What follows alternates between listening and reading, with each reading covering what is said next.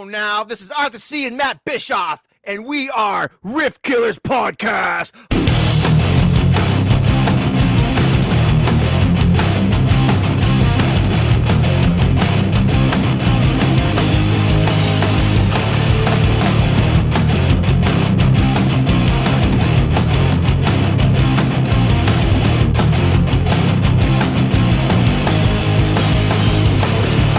Welcome to Riff Killers Podcast. Man, Arthur, our guest tonight, I swear to you, this guy is the epitome of punk rock.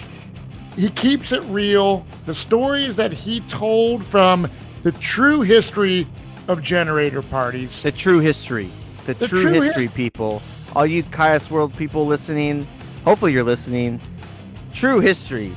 This is, he's got some good stuff to tell, man. So you're in for a treat. I don't want to spoil anything, but like, we talk about sit back, smoke some doobies, grab your beer, and come on now. Yeah, you're gonna get everything you guys want. You're gonna hear about Queens, Kyuss, and everything in between. So without further ado, Arthur, Alfredo Hernandez, this one is killer. Cheers. Come on now.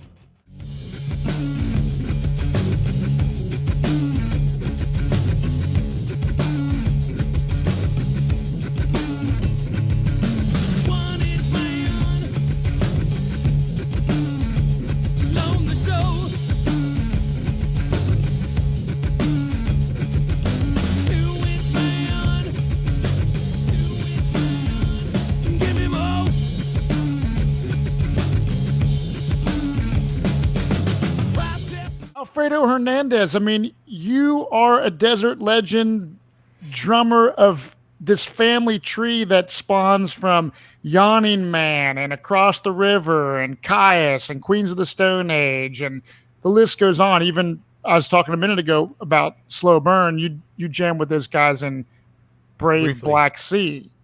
Oh yeah, those guys too.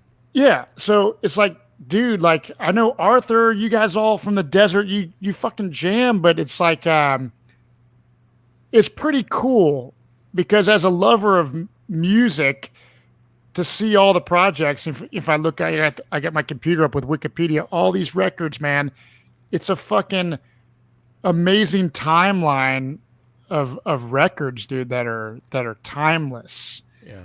And it's cool to have you on our fucking podcast, man. Absolutely, Fredo. Hey. Come on now. I appreciate the invite, man. Thanks for Arthur for asking me, and pleasure to meet you. Yeah. So are you, Arthur? Do you guys live close by each other, or what? Dude, everybody lives close by to each other. 20 minutes away. It's the desert. It's a bunch of little cities in a row for all you people out there just tuning in that don't know what the hell's going on. We're talking about the Coachella Valley is it's a large thing, but it's like a bunch of little cities in a row. There's one street called Highway 111. So you can start in Coachella and go through Indio, which now is like 75,000 people, which goes into La Quinta, which is probably the same, which goes into Indian Wells, which goes into Palm Desert, Rancho Mirage, Cat City, Palm Springs. So, it's all these 75,000, just say, give or take, cities in a row. So, everybody's 20 minutes away. I'm in Indio. Fredo's in Cathedral City. So, yeah, it's like 15, 20 minutes away. Mike Cancino, he's in Palm Desert. That's 15 minutes away. Even to the high desert, like John, he's in Morongo, which is, maybe 25, maybe 30 minutes away or something. So, it's all relatively close. You know what I mean?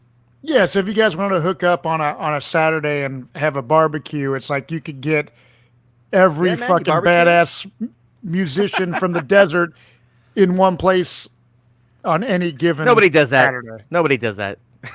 I wonder why, man. Like, what is the scene? Because it's still high school and everybody's still in high school. Yeah, exactly. Yeah. So Alfredo, we're cool.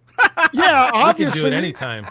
Yeah, that's so Alfredo, like, so did you go to school with a lot of these guys like John and Brant and Scott? Like, explain to me kind of how you came to be this drummer that is beloved by many. Oh, appreciate it.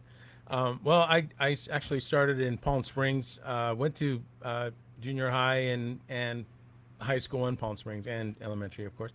But I got into punk rock late 70s, like 79 and stuff, and just fell in love with the music, but I was also in love with all the stuff before that. And but just punk rock music just kind of made me want to play even more, and then it was made it easier for me to learn by watching all the bands that I liked, and so I kind of grew from there into playing with like the guys in high school, which was Scott Reeder and Herb Leno with and I've been in a band called Dead Issue during high school, and before that I played with Sean Wheeler in a band called Mutual Hatred, and it just kind of from there just kind of we all we wanted to do is just play music. We played garages, we played people's houses, and so just growing from that, becoming how I became a drummer, and just kind of meeting everybody that played in bands. I mean, Black Flag played in Palm Springs in I think in 1980, 81, and after they played in town, it just the bands started everywhere, and from Indio, Palm Springs, Palm Desert. It's just kind of how it became. Where was that show? It was at the place called Rumors, and it's called the China right. Drum now, next to the Bit of Country. Oh, really? That place? That Dude, place. that's crazy. Is it still around, Arthur? The place? The building, yes. The building's still around. It's a yeah. Chinese restaurant now. It was supposed to be at a youth center, Right.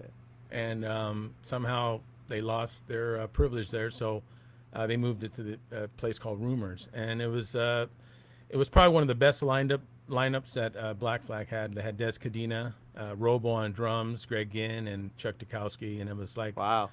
was like it was like being in a movie and stuff, because it just was you couldn't believe it was happening. That's a crazy thing, especially and to play out here. Like, who had that idea? You know what I mean? 81. That's great, dude. Yeah. I wasn't cool enough. I didn't go to. I didn't go to that show. I think 81 or was it 83? I went to fucking Adam Ant. Oh, Adam and the COD. Ants. Adam Ant at COD, the local community college. They had, dude, it was Adam Ant and In Excess opened up before they came out. Yeah.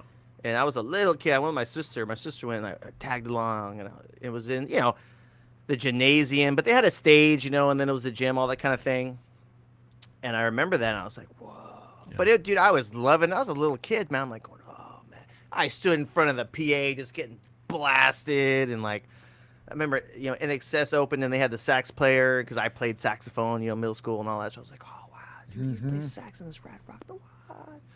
It was cool. I mean, I wish I would have went to that one, but, I'm also the Cramps played I'm cool with that, man. Cathedral City. Off Really? Of, Perez Road. Dude, I never heard about that. The Cramps? Yeah, it was like in '82, I think, and I knew about it, but I didn't get to go. But people that went said there was only like 10 people. Oh my God!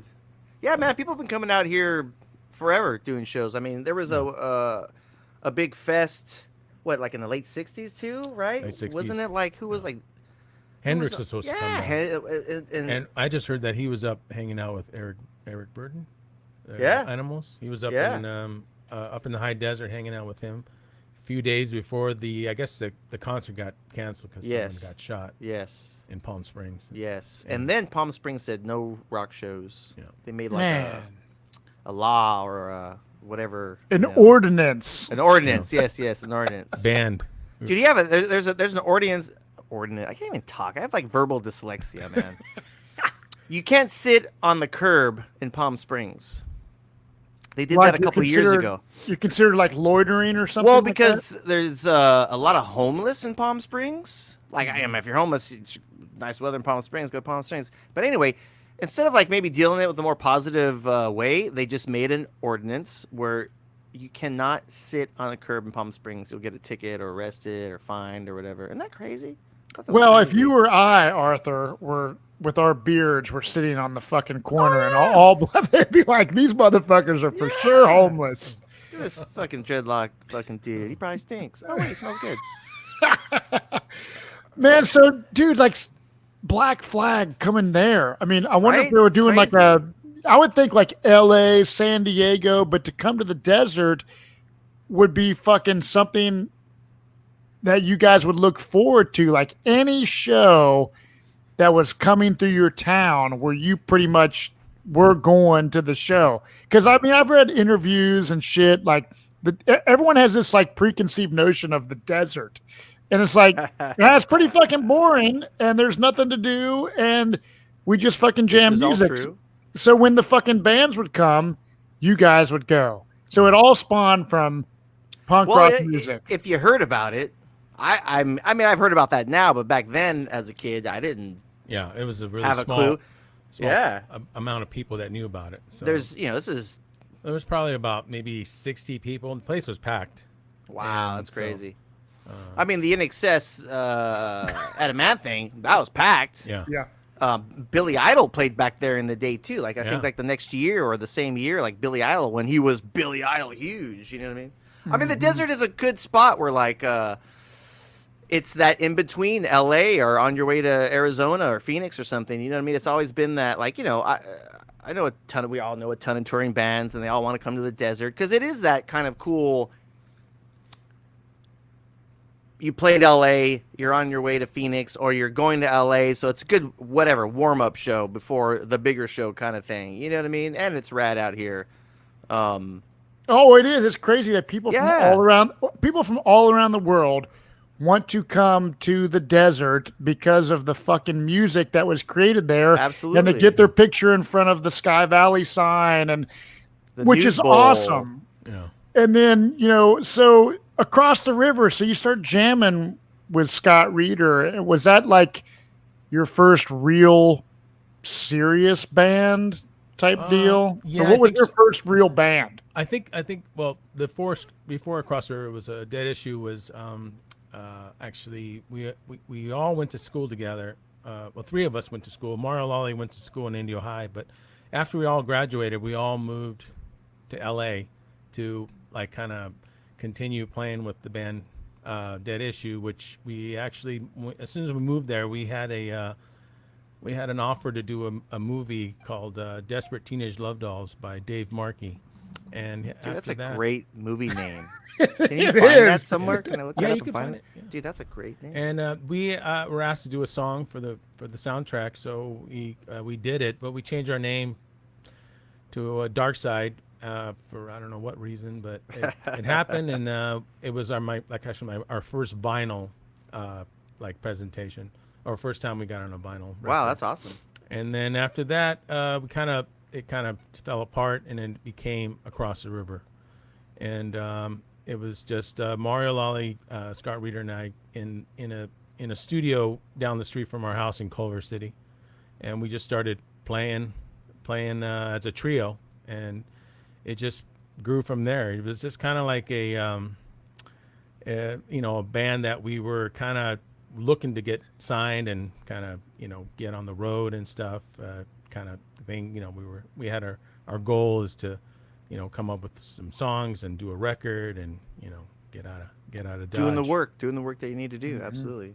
And so that happened for about a year in LA, and then we decided to move back. We moved to La Quinta, which is another desert city out here, and we had a house that Mario's parents actually got for Mario, and so we kind of built a rehearsal space, and we just kept going at it. We did it for a while. We played with we had St. Vitus come down and play with us. We had a bunch of bands, a few bands come down and do some shows. We did that show at the Recreational Center in Palm Desert, off 74.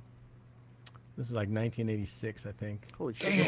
There's a video on it, and I can't remember the name of the bands, but that's how Across the River kind of became, like as a band out of LA back to La Quinta, and then kind of.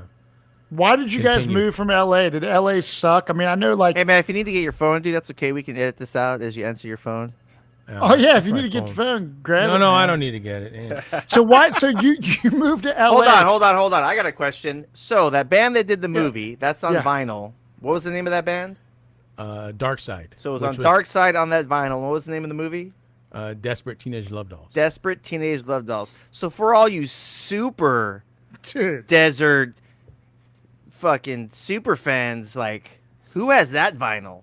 Do you have Or that vinyl? That's the vinyl you need to go find, because that's sick. Like, I want that. Like, that's like the very first thing you fucking did. That's dope as shit. I love that stuff. You know what I mean? Like, and it's a movie soundtrack. That's amazing. Yeah, and actually it was a pretty good song. It was on the radio. KPFK in LA was playing it. Nice. And, I got one day I was kind of recording songs from the radio, because I'm always like recording like stuff to figure out who's hot and who's not. Yeah. And so I was sitting around and we came up and they played Wow, us, and that's I got amazing. actually the recording of that. Oh, you still have that? I still have That's it, yeah. dope. You should So- like dump that to MP3 and post that. Yeah. Well, you probably will Blow have to help people's him. minds. You will probably have to help him, because I don't think you're not Mr. Tech. You're not like Dr. Technology, Alfredo. No, I'm But old school. I'm stuck in the 60s. But I tell you what, the people like you said, Arthur, like you have a copy of that like vinyl record that you're Dude, talking I want about. that. That's sick. That's I great. know. I love that shit, man. The very first random thing. It's like, what?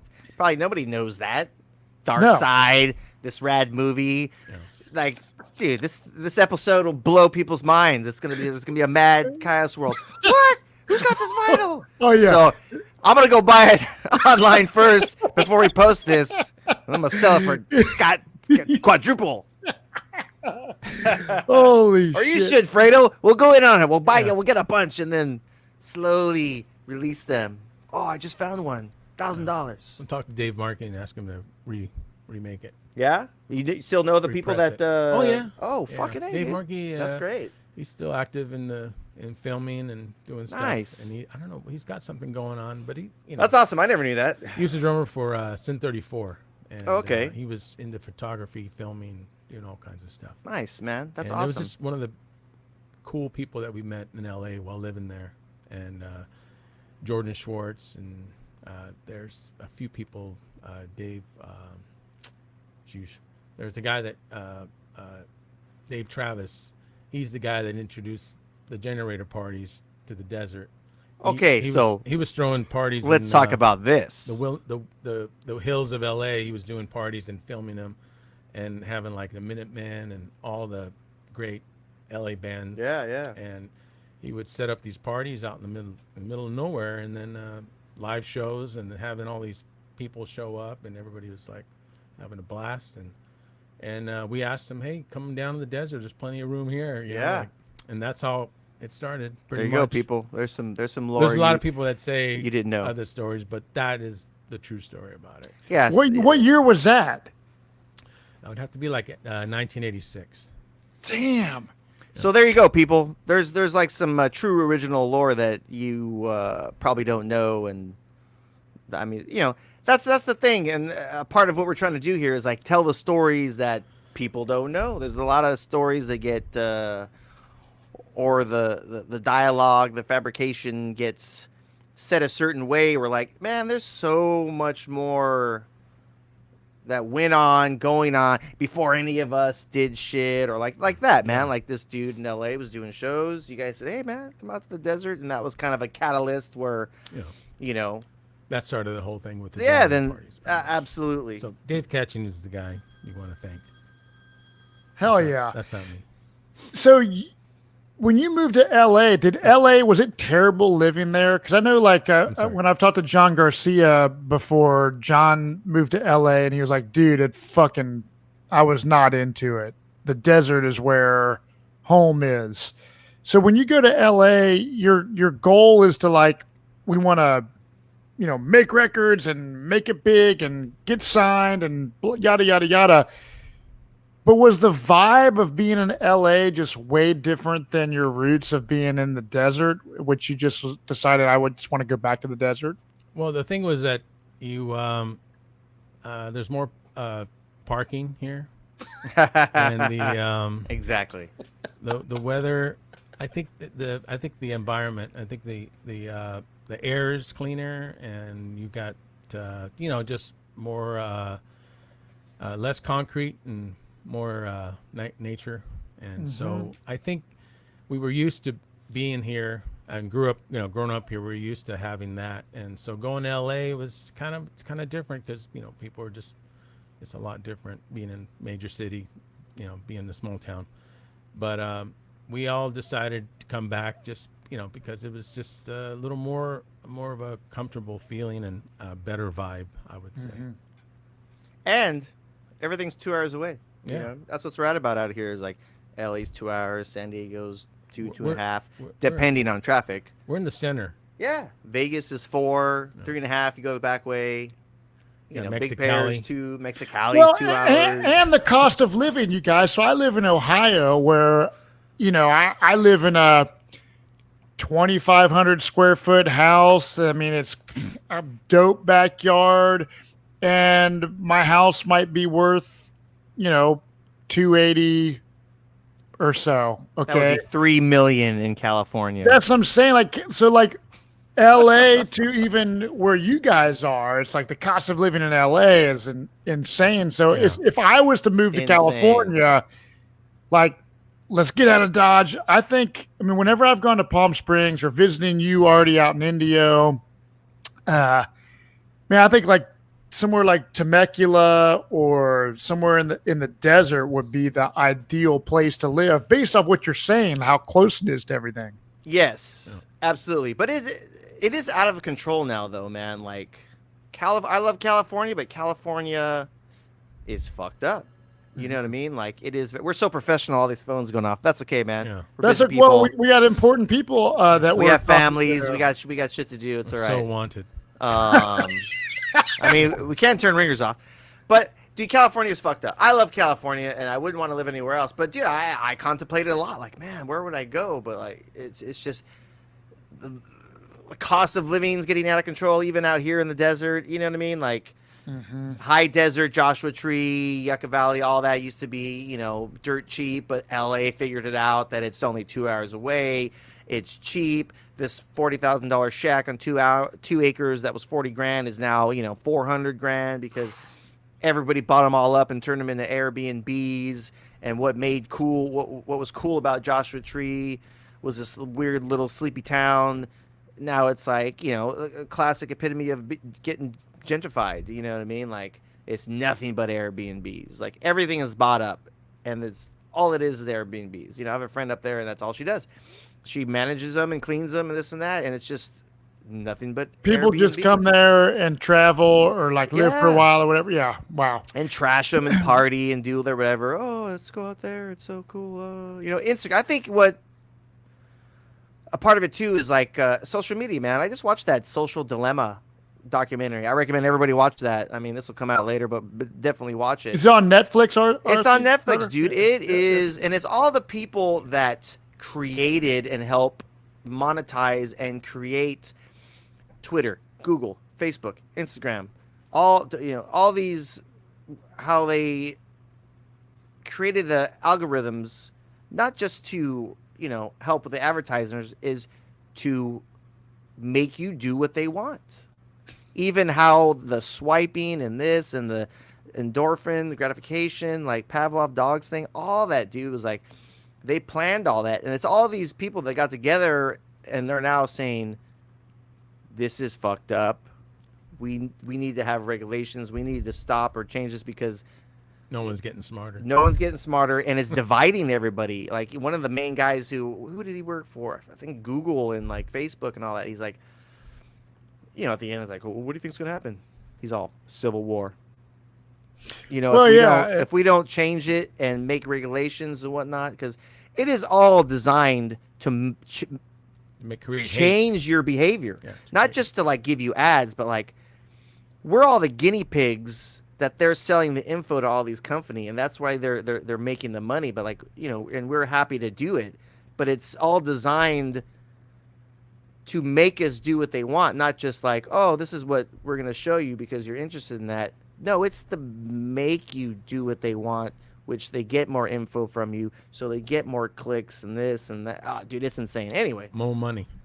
Yeah. Anyway, the point was that Instagram kind of like But I would Social Dilemma is the documentary to watch. Yes, dude, it's mind blowing. I'm gonna watch it, dude. It's all the CEOs and past presidents of like Google and Facebook and Instagram and this and that, and they're coming forward going because they're feeling consciously like, dude, like we have to do something. Like this isn't right. Like how you see everything going right now, like it's insane. It's polarized. It's got out of fucking control, dude. You I can't have a different opinion, shit like that. Like you can't be like, oh, I'm a Republican, I'm a Democrat. Oh, okay, that's cool, but whatever. It's like, no, I'm gonna kill you then.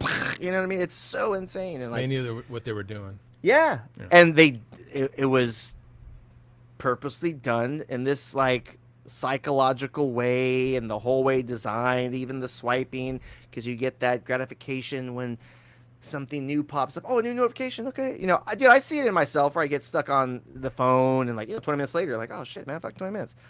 And you're swiping and this. I've made it a point to like, disconnect every once in a while. Yeah, dude, man. It's a rare thing. Like, so I was on the TV show Survivor. And when I went to the Philippines for like 2 months and I had to give CBS television network my phone. I didn't have a phone for 2 months. Couldn't talk to my wife, my kids, nobody. And as much as that sucked because I wanted to like hear from home, it was the most amazing experience, dude, because it was like I was in the Philippines playing this game and seeing the mountains and the ocean, and it was just my thoughts, and it was fucking awesome. And I think we need as a society to fucking disconnect. I mean, it's great to be able to go to YouTube and type in, Kyuss show, blah, blah, blah, blah, and bam, and go on YouTube. That's cool.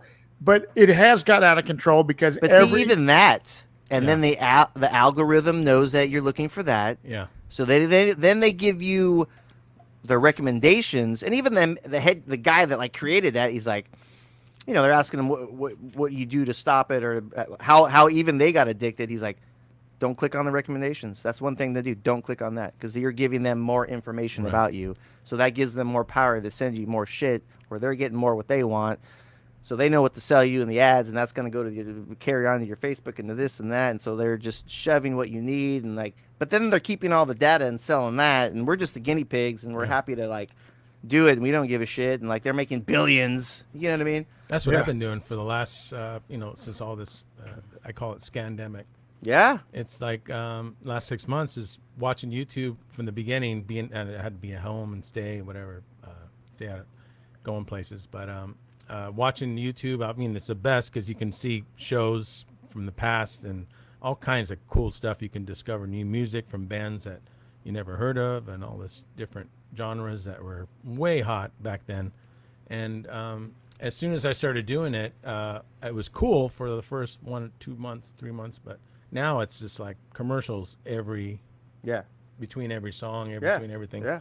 And I can't handle that. I guess you got to pay more money for that shit.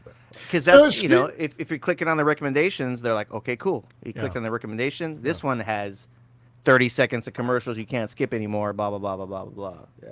Well, speaking of that, Alfredo, you've discovered some new music. So people might be interested, like for example, when I first found out about Kyuss, it was magazines at the time.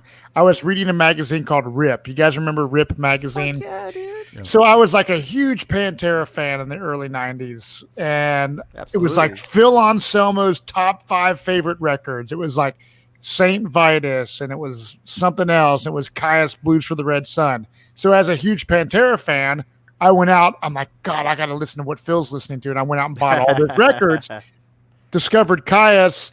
And as a fucking guy that listened to metal like Sepultura and Slayer, when I first heard Kyuss, I was like, I was trying to tell my friends, I'm like, dude, I found this band Kyuss, dude. They're like, it's like the heaviest shit ever. It's like molten fucking lava, dude. It's like tuned down. And a lot of my metalhead friends were like, whatever, dude. Like they heard Green Machine or this or that. And they're like, I'm not into it. Dude, I fell in love with it and went from there. So when you're right now on this YouTube fucking rabbit hole, what is some of the new music, Alfredo, that you're discovering in 2020? Because sometimes I get stuck into, I was telling Arthur, like, I got a 6-disc changer in my car, and I got Unita, and I got the Dandy Brown, my friend, you've jammed with him on our orchestra.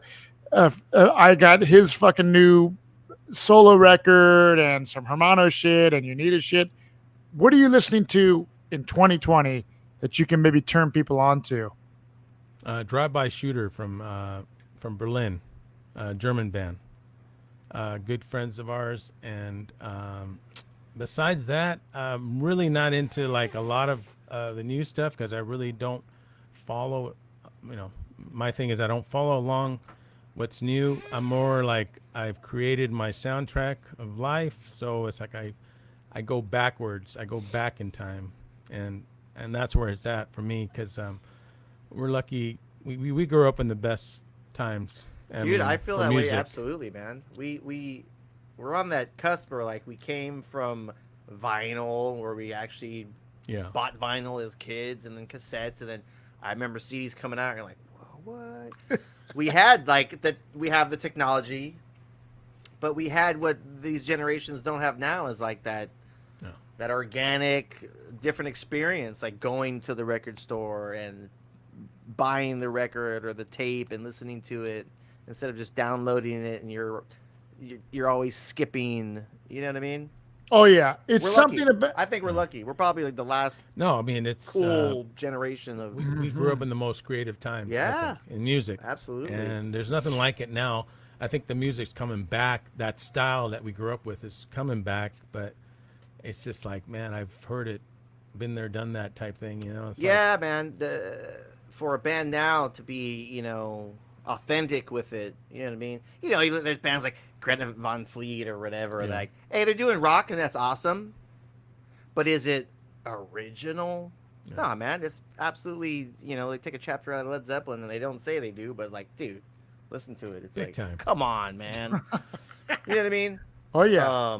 What's that 100%. Other band that's good? Oh God, I just watched the guitar player's like Rig Rundown, and he was cool.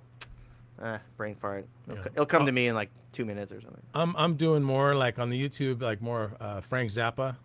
I've been watching a lot of Frank Zappa too. And there's a lot of like live King Crimson, which is one of my favorite growing up, and Santana. Everything from Santana to El Chicano.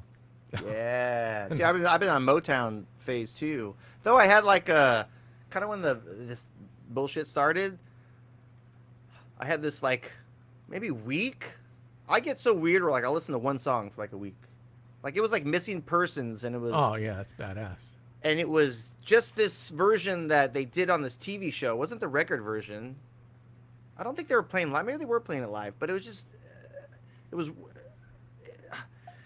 it was so cool, dude. I was mesmerized. Like it was all day long. That's all I listened to, one song and like pieces of the part. Terry Bozzio's killing it, and like those guys are all Zappa alumni. Exactly. That's where he said Zappa. I'm like, dude, Terry Bozzio and Dale and they're just killing it. And anyway, Captain Beefheart. Yeah, dude. And I've been listening to a lot of. There's a lot of cool stuff, live shows of Montrose. Oh, badass! Nice. And I've been really into the movie. I got into the movie that Hal Blaine is in. The Wrecking Crew? The Wrecking Crew. Yeah, dude. That's a good one, man. And I know, like, that's music that I grew up with, like Herb Alpert and, all the stuff, all the Motown stuff. That guy played on all those tracks. Yeah. The Beach Boys. And that guy, all those musicians. No one knew who he was, but that guy was so good because I fell in love with his playing, but I really didn't know who he was. But I knew the songs were popular. But that guy was just like in every freaking recording. You've seen the Muscle Shoals one too, right? No, I haven't seen that. Oh my God, dude. Watch Muscle Shoals. It's kind of the same but different. It's about these group of musicians. It was Alabama, the studio, but like every record you've heard, same thing. Right. These guys did. Aretha Franklin, all this, just every like R&B and soul, but it was like these white guys. They thought it was like this bunch of black dudes, but it was like these 5 greasy white guys that were just killing it. All these records, like just everybody. Like where the Stones went out there because they were listening to everything. It's like, where was this done? Oh, Muscle Shoals. It's Sleepy Little Town. Dude, watch that. It'll blow you away about this. This guy that started the studio, wanted to be a producer, this, that, and the other, and and they were just all local dudes, but they were all just, Wow. all the same thing, all the bass lines and the drum parts of all these songs. Every R&B or Stax Records, like all the Stax Records. I mean, That's fucking awesome, dude. It's so good, dude. I watch that all the time. Just like if you're feeling uninspired or whatever, like I'll watch that. Where it's just like, it's that magical thing. Yeah. Or that 20 Feet from Stardom. If you haven't seen that, it's a documentary about all the backup singers that did. Yeah, we were talking about that. Yeah, dude, I want to watch that. I watched that too. It's so amazing. It's just like because you get the stories of like how they did that song. I forget her name, but the singer that did the Rolling Stones song, "Pain, Murder, Just a Shadow," like that. Like she tells that story, and it's like, and they're soloing it out. She's older now, and it's just like, it was like midnight. She got a call. She's in her curlers. Like, I got this band. They want a female part. That's awesome. Rolling Stones. She's like, what? Who? What? She's like, Pain, Murder. Shot. Like, what? And then they solo it out. And they solo out, and you just hear it where it's just like the greatest take ever of some vocal. You know what I mean? Where she's just, and she's all, what? Oh, you want again? You want another one with a little more? Oh, so I'm gonna show these white boys. She's like, it's so inspiring. Where it's just like, dude, like tearing up, like, oh, damn, that's crazy. Yeah, dude. Music is an emotional thing, man. Oh, man. It's the best. It is. And especially during this COVID thing, man, discovering shit and just listening to music. So, like, I want to ask you, dude, like, as a Kyuss fan myself, obviously, you ended up joining Kyuss when Brant departed from the band. Were you a fan of Kyuss from the beginning? I mean, you jammed with Scott and knew all the guys growing up in high school and stuff. So, like, explain to me, like, the timeline of you as a fan or just knowing about Kyuss to eventually getting the phone call to like, hey man, we need a drummer. Well, I actually knew of them, and I remember those guys before they played in the band going to Cross River shows. Mm-hmm. We played at the Palm Desert Ice Rink. Nice. And I saw Josh and Brant. They were like maybe in their early teens, and I remember them, starting the band with Cass and Jammer and stuff. And I know they played, before Cass and Jammer, they were doing all different types of things, but they were just kind of another local band, and we were actually we had a few shows in Palm Springs High School, and we had a few shows at like the Nude Bowl with them. Yeah. And it was just kind of like that, another band from the desert, and they would play like some generator parties with us, and we were just kind of like playing together. And then they got their break. They were doing festivals and doing all kinds of touring in states and stuff. And then I guess when Brant left, they tried out a few drummers, but I happened to walk in on their practice without even knowing that they were going to be at this warehouse, which is this place that we had played the night before in a band. I had a different band called Zigzag Wanderers, and so I left my drum set at the party the Friday night, and I said I'll come get it tomorrow morning. So I just walked in, and Kyuss was rehearsing with their drummer, and the thing was that the thing that kind of more that I wanted to do the most with Kyuss is because of with Reader, and Reader was in the band, and he had already been playing with the Obsess, and so he kind of got in the band, and he was telling me about they were doing this, going to Europe, planning all this stuff. And my thing was after going to Europe in 1989, I wanted to come home and be in a band where we could do records and go on tour to Europe, because I mean the U.S. just didn't seem like it was something.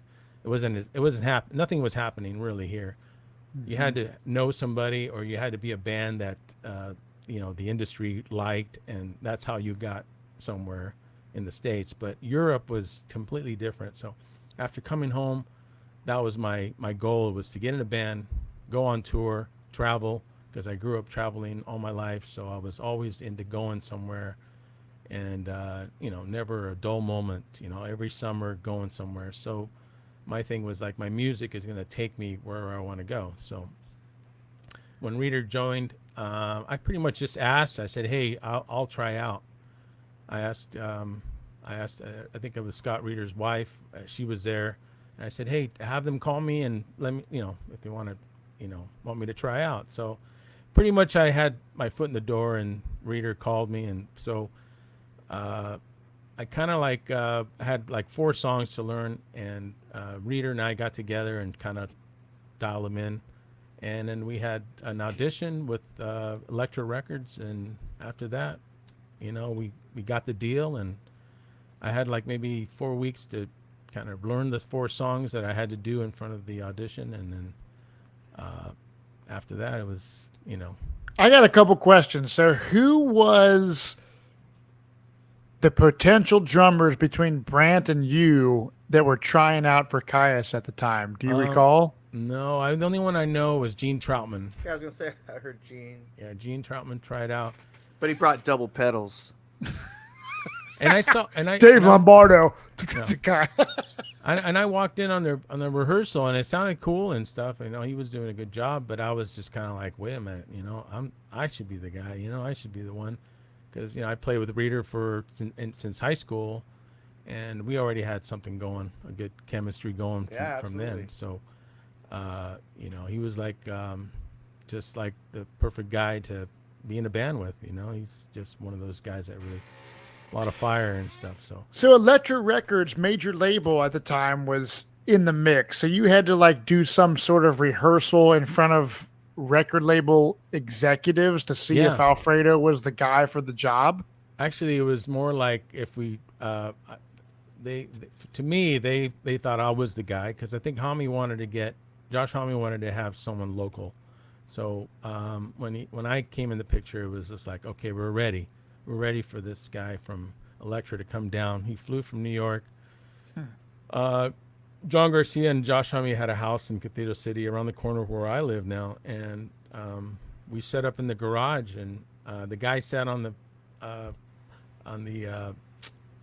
what was it, like I think it was like a washing machine. He was just sitting there listening to us, and we played the 4 songs that I had learned, and he was just he was blown away. What 4 songs were those? Do you remember at all? Just Come one? on, Fredo. That's good shit. No, I don't know. Wait a minute. No. Like stuff that was on blues, or was it like no new stuff from blues and stuff from Sky Valley? I think it was 2 songs from blues, 2 songs from Sky Valley. Probably Green Machine or something. No? I think it was Gardenia. Freedom Run. Right? Yeah, Gardenia was one of them.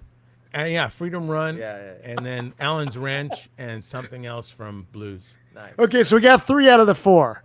Nice. So fucking Gardenia, Green Machine, and Freedom Run. No Green Machine. I hadn't learned that. But you played these in front of the Elektra Records guy that flew in from New York. Yeah. He's sitting on the fucking hot water heater, sipping on a fucking cold one. Is like, fuck yes. Yeah. This is badass. Yeah. And at that point, they kind of knew like you had this chemistry with Scott, and you're the guy for the job. Was that for you to be in the band, or was that for? No, that was for the label. For the keep, because what we were on. I've heard talking to whoever, because they were on Chameleon, which got bought out by Elektra. So then that was probably to see, hey, we gonna keep this band or not? Yeah, that was it. That was it. Because they were on Chameleon, which was an indie label. Mm-hmm, Elektra bought out that label, which for you guys, that's fucking. I mean, that's lottery Perfect shit. timing. Perfect timing, lottery, because now it's a major label, because they're deciding who they're gonna keep, who they're gonna.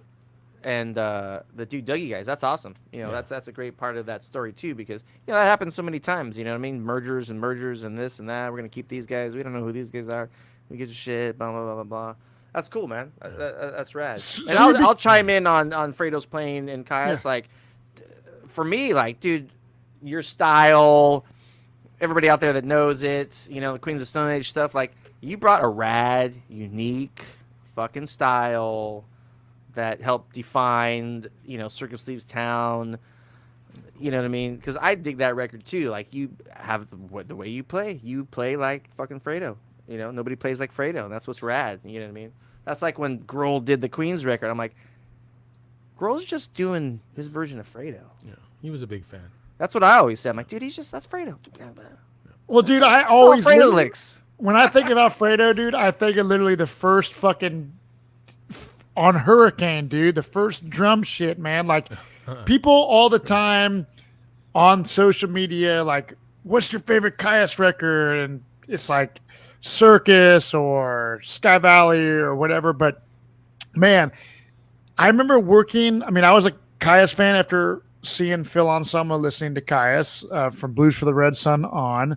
But I remember, like, I worked at a record store, and when Circus came out, we got all the promotional little, they were called flats. They were like a 12 by 12 inch poster thing. So we hung them up. I was like so stoked, dude. I was like this 18-year-old kid, like fucking, I was trying to preach the gospel of Kyuss, man. I was hanging this shit up in the window, and I'm still to this day shocked that fucking record never took off, man. I mean, to me, I would say, and I'm not just saying this because you're on the podcast, but I'd say Circus is probably my favorite Kyuss record from start to finish. The dynamics, the songs,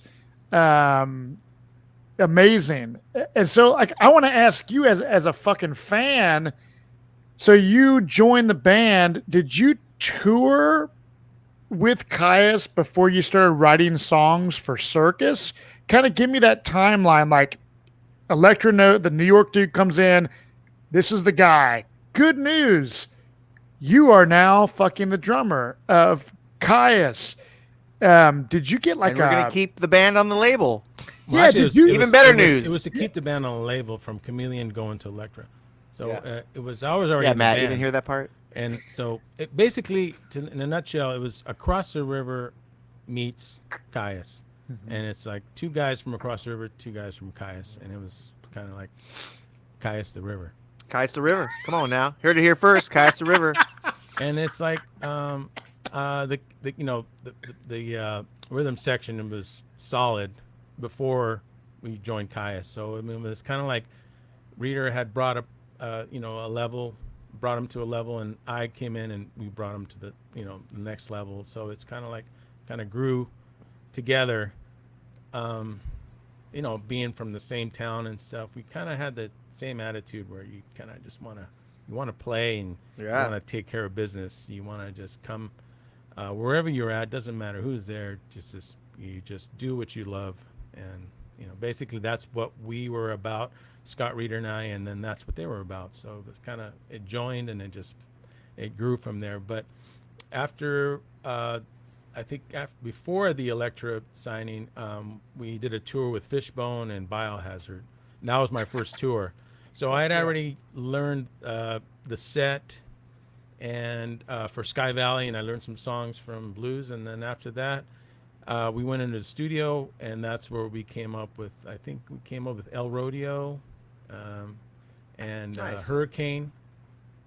And I think there was one more song, Un Sandpiper. And we did those with Joe Barisi in a studio in Hollywood, and before anything. And that was my first three songs that I did with them, and the rest were just the album covers, or I call them covers because I was playing someone else's stuff. But it was. So you guys did 3 songs first, and then went back later and did the rest of the record? Yeah, after the 3 wow. songs we did, we were on tour, just coming up with jamming on sound checks, and the best thing was just being on tour. That's the best for a band to really figure out the Dude, chemistry. I love sound checks when you're touring because I've come up with so many like riffs and jams, and that's where songs come out. It's the same thing if you need it. We're like, that's your time to have fun. Yeah. You know what I mean? Because your day is long and boring. You're sitting around most of the day, so it's like, and especially if you're headlining or whatever, like you got some time, like, let's work on that. Yeah. So knowing Garcia before I joined the band, and knowing him, and then kind of knowing Hami a little bit, mostly knowing Chris Cockrell and Brant, because they were kind of going to our shows. I see Brant some of the shows. I was playing in a band called Inglenook before Yawning Man, and then we had some few shows at the Nudist Bowl, And, Inglenook. So how do you Inglenook. spell? We need a tally. We need to put a tally. You need to get him to write this shit down, and when we launch this, I want to write down all we need these a tally band on the names. screen, like every time he says a band he was in. Like, Fuck, because I another want to one hear comes this up. shit, dude. This is like a fucking scavenger hunt of badassery right now.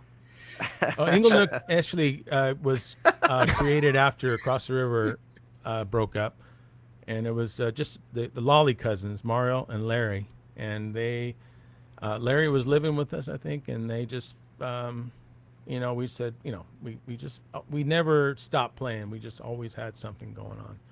Even after Yawning Man, it was sort of quartet, which was like after I went to MIT to kind of open doors for my my different Did you go there really? genres. Yeah.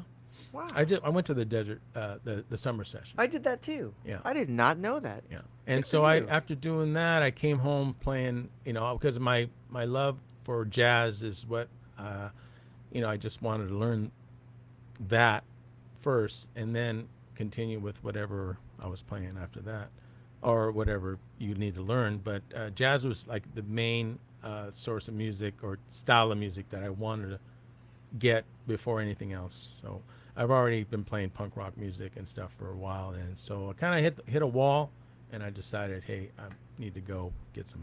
Dude, that's a tasty tidbit. That's awesome. I did not know that. I did the summer session too, and it was awesome. Oh, it was the best. Dude, it wasn't for people that don't know. Musicians Institute is a school in Hollywood. Living in the jungle. Living in the jungle, dude, like Hollywood Boulevard, Highland, and then it's yeah, and now it's like you can get your degree there and all this kind of stuff. I mean, it's been bought and sold by corporations here and there, but then it was cool. It was like great. The place, like, to go. It was like a year course, but they did a summer session where they kind of crammed a year or so into like 3 months. But for me, just being around everybody that was going to school and hanging out, I learned more from like everybody else, hanging out, jamming, like people that are about to graduate. They're like, oh man, yeah, if you go for the year, don't take the fourth course because it's all bullshit you'll never use and and just Oh, it was the best. Dude, it was amazing. Hanging out part. Dude, I lived on Highland in this like I crack lived on Orange. crackhead hotel or apartment building with these Canadian guys because I was staying with family in Whittier and that didn't work out. And dude, like wandering Hollywood Boulevard, dude. Yeah. Like, I was like 19 And or you had something. to be really careful. You had to make sure you're holding on your cymbals and your guitars and Dude. stuff because people got mugged. Because this one was, dude, a buddy of mine, he got jumped by like 6 dudes, beat him to a pulp. I had to take him to the hospital. They had to wire his jaw shut. It was like some Swedish guy. There's a lot of Europeans that go. It was like the epitome of like to go learn music, play guitar, bass, drums, vocals, stuff like that. Now you can do anything and recording and this, that, and the other. But what was that, a beer? Yeah. But Soda? just being there, and then yeah, man, like walking the streets of fucking Hollywood, dude. Like I walked, like when Hollywood Boulevard was ghetto as fuck. Like And it was never quiet. no, Be like 2 you in go the morning, down, 3 in the morning. It was fucking. you go up noise. Vine, and what's that other street where now it's like super gentrified, it's all hip, dude. That was like crack central. Like you got to avoid that, and like Yeah, you couldn't go the back streets. You had to Dude, go it was Hollywood gnarly. Boulevard, and that was crazy. I'm like long hair and shit. I'm like tired, motherfucker. that's rad. You went too. Huh? Yeah, man. And like our neighbor in that little apartment complex was like this dominatrix, and that's how I made some money. Like I drove her around. Where she's like, I need a driver. I'm like, what are you doing? Like, oh, this and that, and like, and it was crazy, dude. Like, sorry, sidetrack, but like, I would drive I her love around, it. and she'd go in, and like, I'd always be like, what'd you do this time? What'd you do this time? She's like, oh my god, he gave me an extra $100 just to sock him in the face, and like. What'd you do this time? She's like, oh my god. He had like needles laid out and he had me put needles through his cock. Like fucked up shit, dude. There's so many like we can do a segment on that. Like Yeah, twisted ass fucking fucked people. up. Like, oh, this guy, he had me put his dick on the counter and smash it with a phone book and like dude, all of it like fucking gnarly like that. Nothing like normal like Right. he jerked off looking at my ass. It was I smashed his cock with a phone book. I punched him in the face. I put needles through his cock. Fucking, I smash like just What's all her name? fucked up shit. Nice. Hold on, let me call her.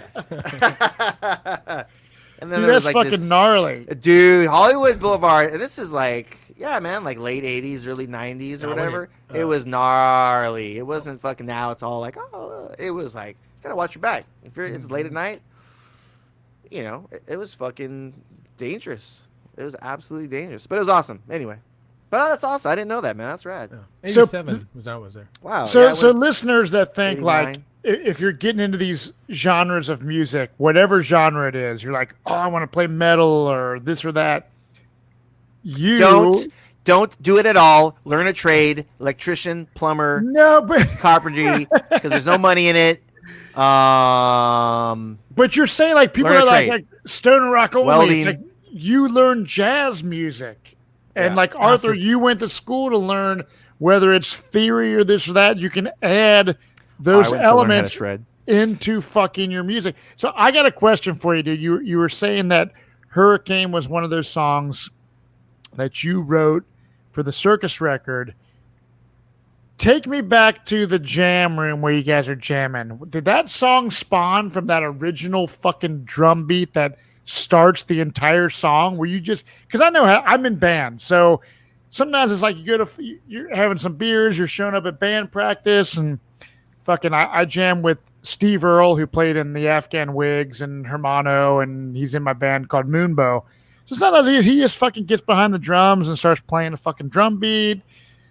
Davey Mack will start playing a guitar riff. I'll start singing some vocal melodies, and it's like, fuck yeah, man. You start nodding your head. This is a song. Did Hurricane start off with you just fucking doing the drum intro? Well, no, actually, Hami had the riff, and we were working on it, and the song just kind of built more and more. And then after probably the day that we were going to record it, I just thought of like an intro, that drum beat, because it's pretty much, I don't know, I don't think we had a start to it, so I just kind of said, let's try this, and so I just kind of laid it down. That's every drum beat start. Hey, just try this. Let me just try this. Like, what's his name? That John Cougar Mellencamp song. Yeah. And so the song was created before the thought of doing circus. So it's kind of like, it was like just the beginning of what was to be, you know. And Oon Sandpiper, dude, it's like I got that CD that's like Best of Kyuss. It's got like a picture of one of those fucking windmills or some shit on it, and it's got, you know, Oon Sandpiper, and it's, man, it's like dude, like fucking dope as shit. Like, those are some of the greatest fucking memories I have as a fucking Kyuss fan. So you're in Kyuss, you join the band, you're on Elektra. At the time, are you like, holy shit, I'm on a major record label, like, I've made it. Yeah. I am now a rock star. Like, what is your thought process going from this kid in the desert that listened to punk rock, going to Black Flag shows at the fucking whatever, Chinese to like, restaurant. I'm on the Chinese restaurant. I'm on Electric Records in Kyuss. Was that your first big, like, this is a major deal? Like, I am a fucking rock star.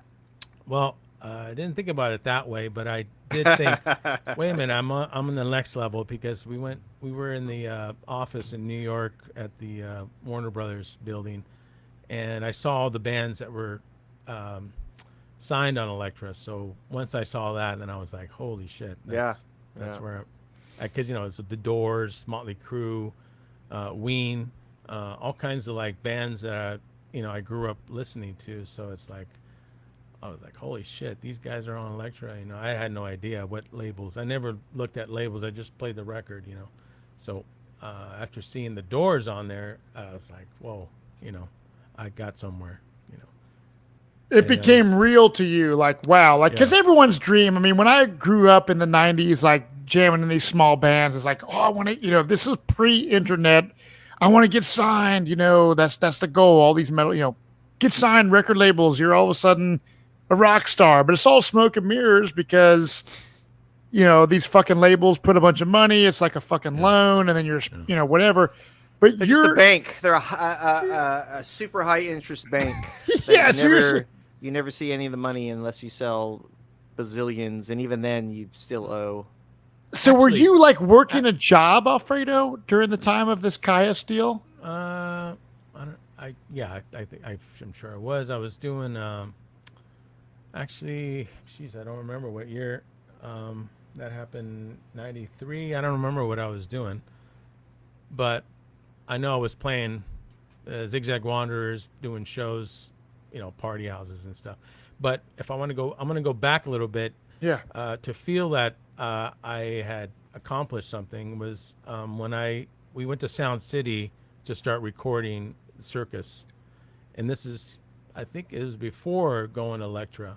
So I was in the hallway, and there was all these pictures of Tom Petty, Rick Springfield, Yeah, absolutely. Nirvana, everybody, major bands, Fleetwood Mac.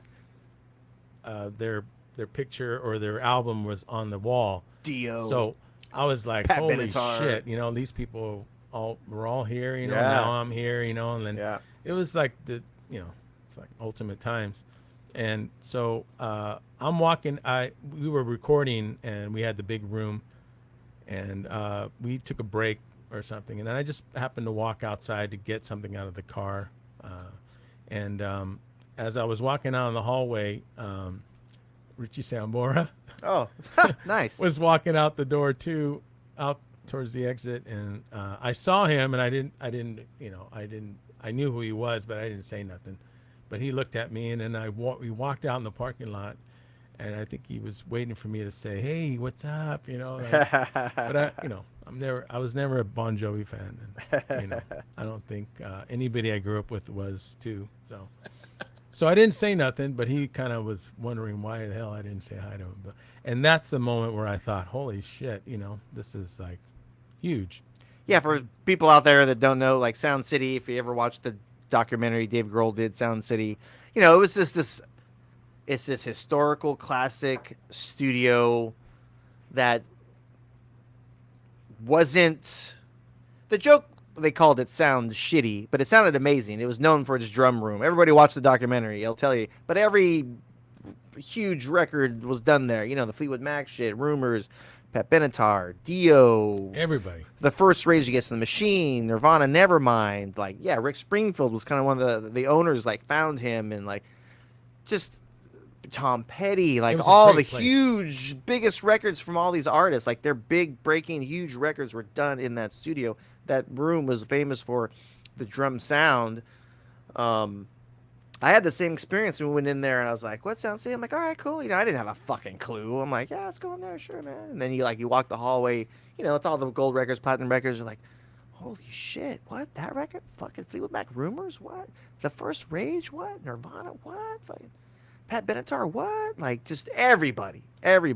So I had that same experience. It was like, "Whoa, dude, this is cool." But then the place was kind of like dilapidated. You know what I mean? It was kind of beat up, and the control room had like orange shag, carpet on the wall, and you park there, and you feel like you're going into a postery shop. yeah, it was like some weird industrial not strip mall, but like this weird, and it's what it was. It was, if you watch the documentary, I think Vox, was it Vox or Highway? It used to be a factory.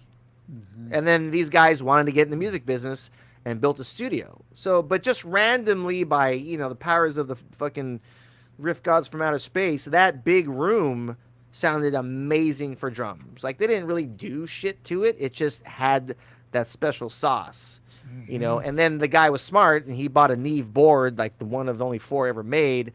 And that was the other part of that place being, where it got sought after because drums sounded amazing. And for people that know in recording, if your drums don't sound good, your whole record doesn't sound good. So that's the foundation of everything. So, it's watch that doc. Any musician or non-musician, if you like, kind of what we're trying to do here is like tell stories behind things that we've done and people that we've talked to, what they've done. So we were already signed. Yeah. And that was where where we ended up going. And How long did it take to record the Circus record?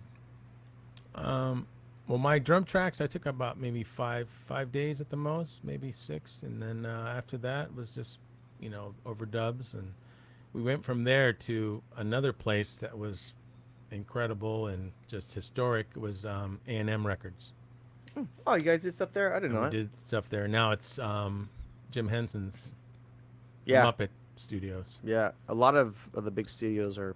But we got to No get more. there. We got there before it became Muppet Studios, so that was another big, big time. Yeah, I went there once. Is there It was any dope. other songs that you recorded drum tracks to that the general public has never heard before? Like what? I'm sorry. Just like songs, like I know that like Shine and all these other B-sides would come out, and I have some old CD singles from Elektra that have like it's like the 1 Inch Man single that's got like a Mudfly and something else on it. Yeah. Greatest hits. Day dollar short thing. Like, is there any songs that you recorded for the Circus record that have never been released? There's a few these times where we had like a cassette player just going, and we were recording just like demos for ourselves. And some of those songs, never made it to an album, but there's a few cassettes that I have that they're just. So Alfredo, so for the Kyuss fans and Kyuss World and all those people out there that are listening to this, hearing the fucking crazy behind the scenes, never heard before shit, there are some tapes in your possession of jams that the general public have never heard. Yeah. There's always that. Yeah. It's just demos. We used to Yeah. do demos.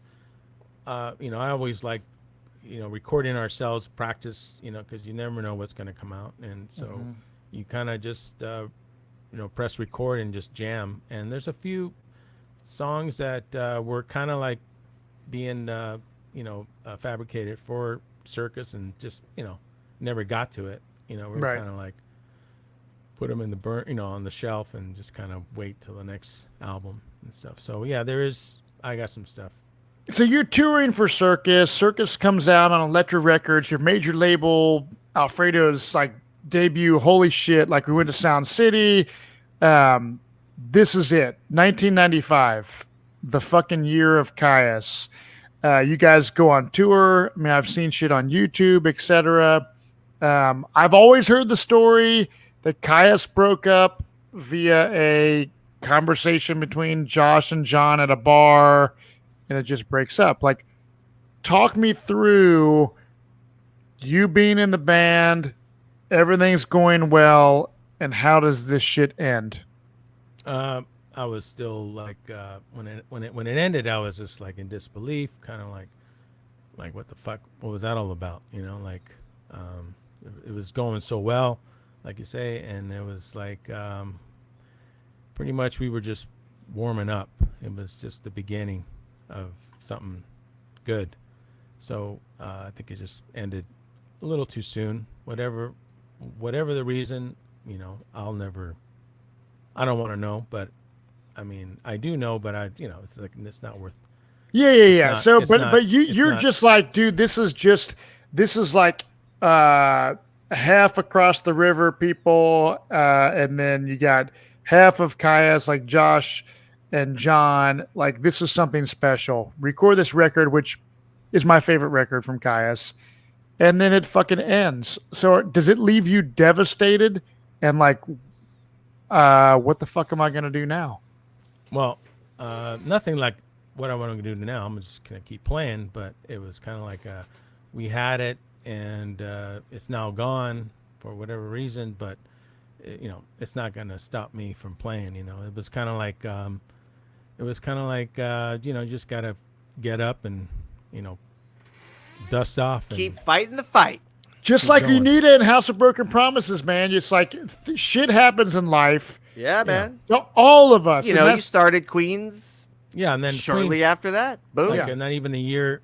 Like, Yeah. maybe not even under 2 years. We were here. Remember Josh? Yeah. And I? And So here's the a little. original You want a bass player. story? You want a little fuck story? yes.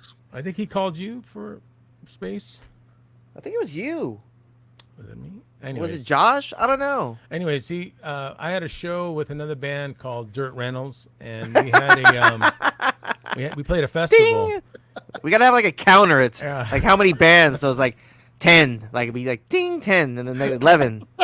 We gotta figure that out. Played with Yeah. a guitar player, elementary mate, schoolmate from way back then, way back when, and so is Roy Willis, and him and I started playing, and he was kind of like the Randy Rhoads of Palm Springs. Oh, wow. Just one of the Interesting. coolest people I grew up with, and so we started that band Dirt Reynolds, and we had this festival or this kind of outdoor gig, and Homie showed up and then said, "Hey, I got this new project, and want you to check it out." And I was like, "Yeah, heck yeah." This is like not even 2 years after Kyuss broke up, so I was always ready for what's next, And he knows how I am. Like, hey, let's do it. I'm not gonna hesitate or hold anything back. We're just gonna hit it. So I think he called or I called. I don't remember, but we came here with the bass player that we were playing with then, and went over some songs that Homie had already had playing with. I think with the drummer for Soundgarden. He'd been okay. He'd been jamming with Matt. Cameron. Yeah. And I think he'd been jamming with I just said his name. Troutman. Gene Troutman. Yeah. They've been he'd been putting some demos together with them and stuff. So he sent me the tape. I learned the songs that they'd already had, and so we came here. God, that was Here is my studio, which some desert lore in this place. This is like this industrial building, second story. It's like 7 different rooms, which used to be my buddy who was an artist, Daryl Mata, rented out rooms to jam. And that's how I got it, where we rented out a room to jam. And then he left to go to school. I took it over, still did the band stuff. And then eventually kicked everybody out because that's a pain in the ass, and turned it into my studio and all that kind of stuff, our headquarters. But yeah, the very first Queens of the Stone Age came in here and jammed, and like they were in this room over here. I remember that. I'm like, I remember, taking lunch from work, coming over here, chilling out, listening to them. Like, all right, that's cool shit. Man. Fuck, all right, cool, man, shit. And did you have any idea, Artie, of what was going on at that time? And Queens became a pretty fucking huge band. And I knew it was Fredo. I knew it was Josh. I'm like, friend. Hey, yeah, man, fucking rent the room. Yeah, cool, dude. Yeah, jam it out. Cool. Like, did I go? Oh my god, this is gonna be. But huge. is that your first encounter with these guys? Is that your first beginning of? It's the desert. I've seen, like back in the day, sort of, all that kind of, all the desert bands. It's all the same people. I mean, we're like different genres, kind of. I was like me and Mike Cancino. We're the metalheads. We played metal, and we were fucking Ozzy and Pantera with some Racer X and shit. But I would always go, see Fatso or Sort of Quartet or whoever it may be. Man, I've seen Cats and Jammer. I would go whatever show I'd go because I love music. I'm like, I want to go see I go to the desert parties and get stuck and, fuck up your mom's car because you got stuck in the sand or you hit a rock, you know what I mean? Because you weren't looking and all that kind of shit. So I just, everybody is aware of everybody else, whether, So the first very Queen, clicky back then, which kind of still is, but you know what I mean? Like I was, yeah, dude, fucking come in. That's awesome. so that's around 1997. Like, so Queens is Probably, like, yeah, man. right here. If you're watching this on YouTube, it's like, that is where Queens is really born. And it's when Queens, so the first deal that came out, which I have a CD, I think it was like, I don't know if it was Man's Ruin. It was a Kyuss / Queens split thing, and I think John Garcia even sang on like some of the shit Born to Hula or something like that on that split. I don't know that. So. I think There's Fazza Fragazzo and Into the Void. One of my favorite songs, Fazza Fragazzo, absolutely. Actually, that was it? Yeah, Fazza Fragazzo. Yeah, some other but it says split, and then the first actual Queens deal comes out, which is Josh, you, and Nick Oliveri. Not Nick Oliveri. We had a few bass players before him, and that we were trying out. But these the guys. Who were those guys, Alfredo? It was Mike Johnson from Dinosaur Jr. Yes, Okay. and we jammed with what's the original guitar player for Monster Magnet? Ed Mundell? No, that before him. The other guy? Oh shit, I forget. Anyways, we had a few people we were trying out, kind of playing with, and they just didn't feel like they were gelling with us. Mm-hmm. So we actually, after we did that rehearsal here, kind of trying out my thing with them. Josh was living in Seattle at the time, and then he asked me to come up and live with him. So I said, yeah, why not? You know, so it was just like, let's do this. You know, we were ready for the next chapter of music between him and I, and we had this. I think he tried out Ben Shepherd as well, and he just one of those guys that just didn't feel like he fit in. So we decided to come back to Palm Springs, and there was actually a studio with Steve Feldman that had a studio in Monkey Studios in Palm Springs, which is around the corner from my house in Palm Springs where I grew up. And so we felt like, let's come back home and do this. But we didn't have a bass player, so Josh decided, hey, I'll just play bass and let's get this album done for Loose Groove Records, which was Stone Gossard's label at the time. And it's just him and I in the studio. I think Chris Goss played bass on one of the songs, but that was it. It was just, Josh and I. And once the record was pretty much finished, then we got a hold of Nick to pretty much join the band and continue, for the next whatever was coming up, So it's just him and I in the studio. He played bass on some tracks first, and then played guitar on other tracks first. So it was kind of like just we already had some songs that we had put together in Seattle, so we came home and just kind of. So when he was in Seattle, that was around the time where I know Josh played in Screaming Trees for a little while. So that was like Screaming Trees was on the tail end of maybe touring, and that's when you moved in with Josh, and Queens was kind of born out of that. Because I've read stories where Josh was like almost ready to just like hang up playing music and get a real fucking job or something, and then Queens began. It's a crazy story. It's fucking cool because, like I said, you as people that listen to this or listen to music, you all of a sudden think like, oh wow, these guys are on a major label, or this guy's doing this, that you're some big rock star making all kinds of money. But truly, it's for the passion of making records and making music. So you end up, it's basically you and Josh starting Queens. Nick comes into the fold.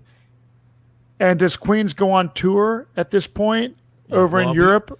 The Queens the project Queens of the Stone Age had already started in Seattle with the different players, but I started with the first album. So there was people before me, but after I joined, then the album came out.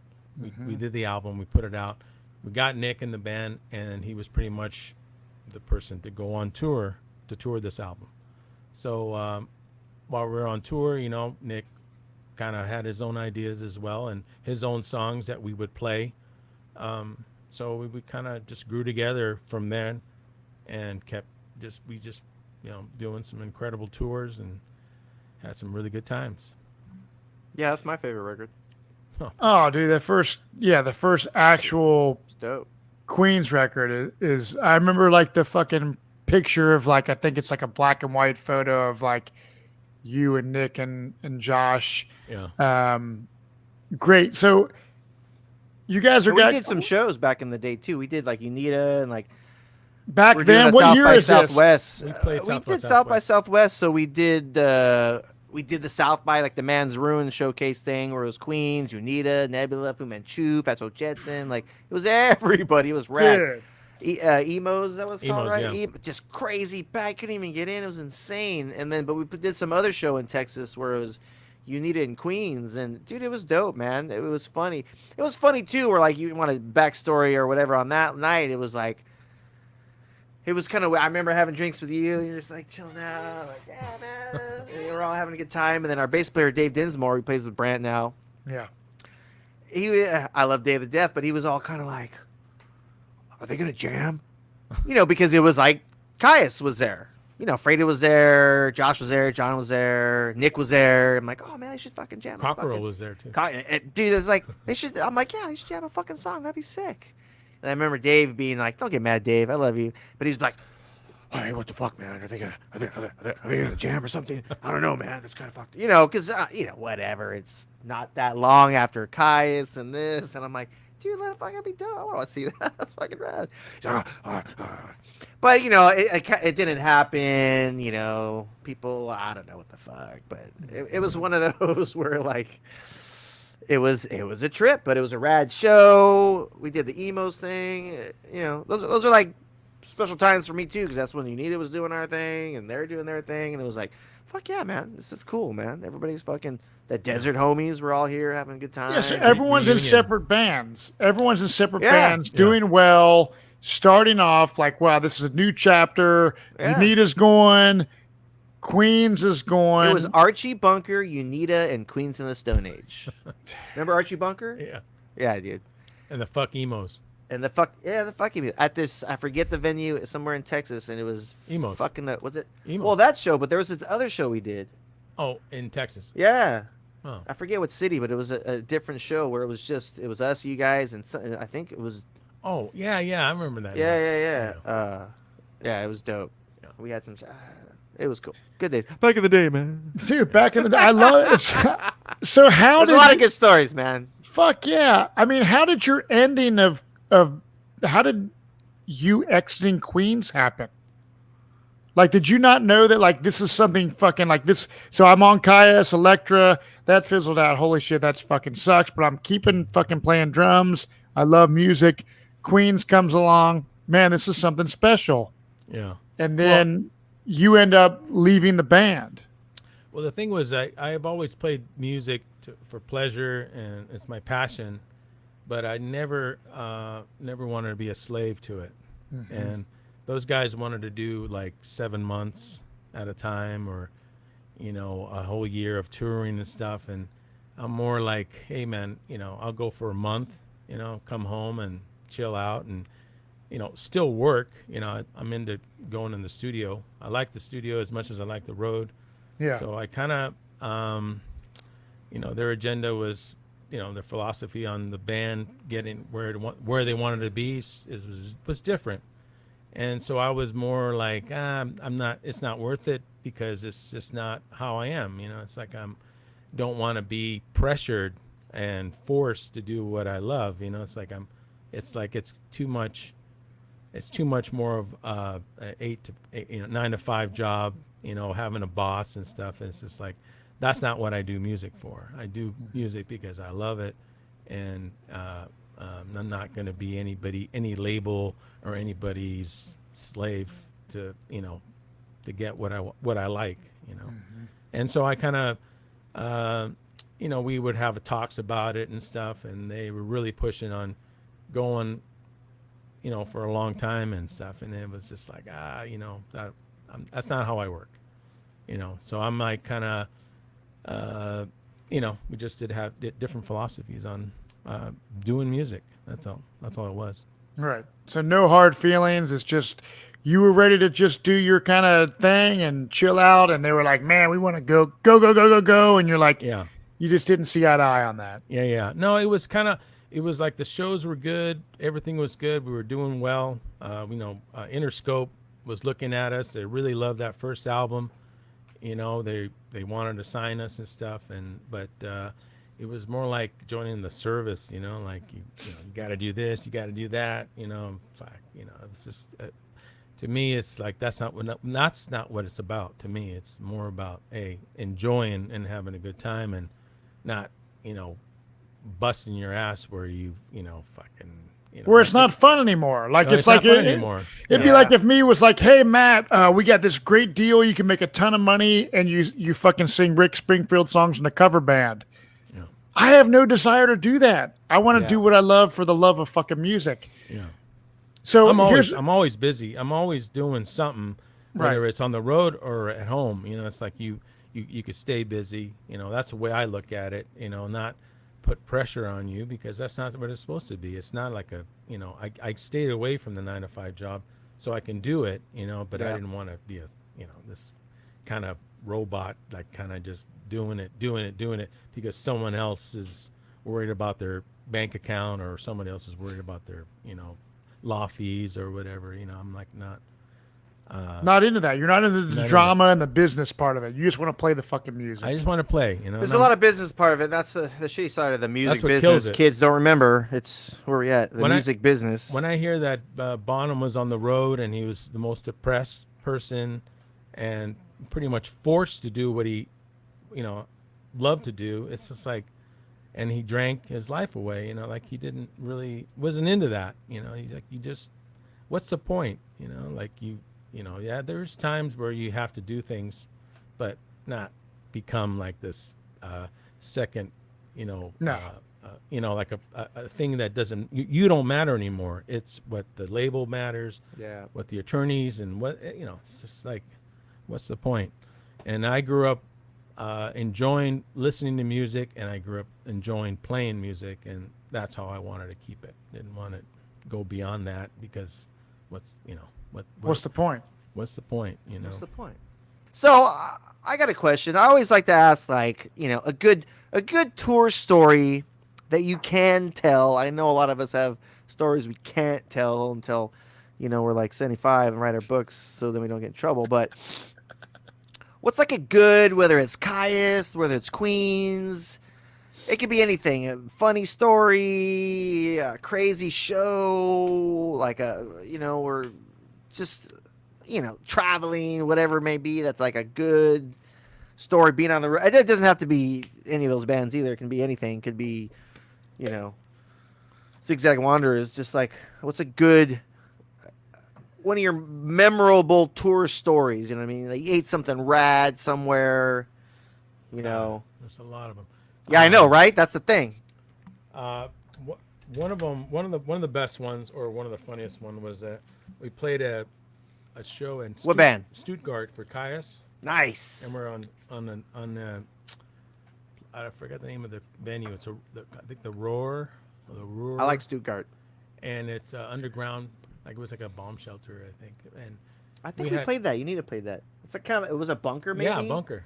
Yeah. And It was under a bridge. I think so. Yeah, we played that. It's dope. So we had fog machines, and we went out on stage, and the fog machines went off, and the place was packed, and they were going nuts. And the fog got so thick that we couldn't see them. They couldn't see us. So we played for like over an hour. Oh, really? And because you're in this bunker, it didn't dissipate. It didn't dissipate, yeah. And so it was just a cloud. Everybody's like, I want my money back. So it was kind of like, what are we practicing? It was only just four of us up there, and we couldn't see anybody. Wow, that's hilarious. But we can hear them and stuff, and it was like, we just went for it. That's it was cool. dope. And finally, towards the end, we stopped using the machines, and nobody got. It got cleared. Nobody turned them off? People were just still there, and it was like an hour later. It was like just the That's funniest, hilarious. the funniest. Yeah, I remember that venue. I forget the name of it too. What was it The called? Roar. Yeah. The Roar or something. Yeah, and it was like an old Nazi bunker. Yeah. Bomb shelter. Bomb shelter, yeah, and like it had tunnels, because I remember the crew, they're like, oh, you want to see the rest? And like they took us through like these old Nazi tunnels, man. It was a trip, man. That was a crazy show. I remember that show. I'll tell another Dave Dinsmore story. Don't get mad, Dave. We love you. I'll tell it to your face too. We're playing that place, it was like packed, like 800 people. We're fucking people like, yeah. And then for Unita, me, Mike, and John jammed for like probably a year straight, just the three of us with no bass player, because we tried different people. Nobody, just didn't like, so that we were so used to playing with each other, just the three of us. Like, say John came in too early or came in later, like me and Mike were like, we were all used to that, where we could roll with it with no problem. You know what I mean? Like, oh, he came in. So we were used to that. We kind of just went with that a lot. And we're playing that show, and like, John did that. So I mean, we probably should have kept playing the song how it goes, but me and Mike were just so used to it. We're like, okay, fuck it. We went in, and then Dave, like, he looks over at us. Because, you know, it sounded like he fucked up, but we were just so tight with each other. We're just like, oh, yeah, whatever. And he's like, fuck you! Fuck you! Fuck you! To, like, all three of us. And then, you know, got back in the groove and shit. We're all like, what the fuck? It's fucking hilarious. Fuck yeah. It wasn't funny then because afterwards it was like, hey, what the fuck are you guys doing, man? We're like, Dave, like, sorry, man. We're just so used to going with the flow, dude. Go with the flow. We're so used to go with it. Just go with the flow. Go with the flow. Fuck you guys. That's hilarious, dude. Hey, it was fucking hilarious. Well, Dave's fucking awesome. I mean, the first time I love Dave. He's fucking good dude, man. when I You came play out with Dave and Che and all that shit, right? Yeah. Yeah, and when I came out to your house one time, I mean, it's a long time ago, I came out to a rehearsal space where Unita was playing. It might have been out where you guys are now, and it is. Dave was playing bass, and I remember sitting there as fucking watching you guys, like fuck yeah, dude. Dinsmore is just fucking badass. Dave's I a great love dude, man. He's a great bass player. Absolutely. You know, Solid. we couldn't find anybody out here, man. We tried a couple different people, and like it just didn't. And then actually, Brant Bjork, you know, he's like, oh, I got my buddy in Santa Cruz, man. He'd be perfect for you guys. And we talked to him, and he drove down. We jammed, and it was like, fuck, let's do it. He moved out here, and there you go, man. And you jammed Alfredo with Dave. With I know you played with Brant Bjork, and you did. Is it Chi or how do you pronounce that? Che. So I have that CD. Don't you know your Mexican revolutionary history? But I have a CD of that record. Love all that shit. But do you have a record of that CD? No, I don't. I don't have the vinyl of that, but I do have the CD. So you jam with Brant. This is post Kyuss and post Queens. You start jamming with Brant and some of these other projects, which is all part of this fucking family tree. How did that shit, like the vibe of you jamming with Brant, because he was like obviously the drummer of Kyuss prior to you. So was there any weirdness, or was it just fucking let's just jam some music? No, it was always cool with Brant. Brant was always helpful when I joined Kyuss. Like, kind of gave me like the insight on how to do certain things that he was doing. Mm-hmm. And so after I left Queens, about a month later, he just called me out of the blue and just said, "Hey, dude, like me and Dave Dinsmore are playing," and it was Dave Dinsmore after Unita, right? Or was it before Unita? After. Yeah. So according to this, so Chi or Che was what fucking year was that? Like 2000, Sounds of Liberation. So like 98. 99. Yeah, okay. 99. It was like this. It was like the end of 99, like in maybe October or December. October. Yeah, because we parted ways. I think it was like 99, late 99, early 2000 or something. And I had left Queens, so I was at home and I was just kind of chilling. And he called, and Brant called, and he said, "Hey, I'm jamming with Dinsmore," and I knew Dinsmore had played with Unita, so I said, "Yeah." I mean, I'm not gonna. I wouldn't say no because it'd be something good because I like Dave's playing, and Brant, he's talented and always been talented and in his songwriting and stuff. So I was like, fuck yeah, I'd give it a shot. And so they were living in Palm Desert, and I just showed up one day, and we got together, and within a month we had a record. And I think by January, we went into a studio in Silver Lake with Schneeby. And Schneeby's like a good engineer from Germany, and he had this really cool house in Silver Lake in LA, and actually he had this room that was like I think it was a wine cellar, so it was all rock, like it looked like a castle. Wow. So I set my drums up inside that room, and it was like a great sound, drum sound. Dope. So I think we went up there and we were done within 2 days. We had all the tracks ready to go.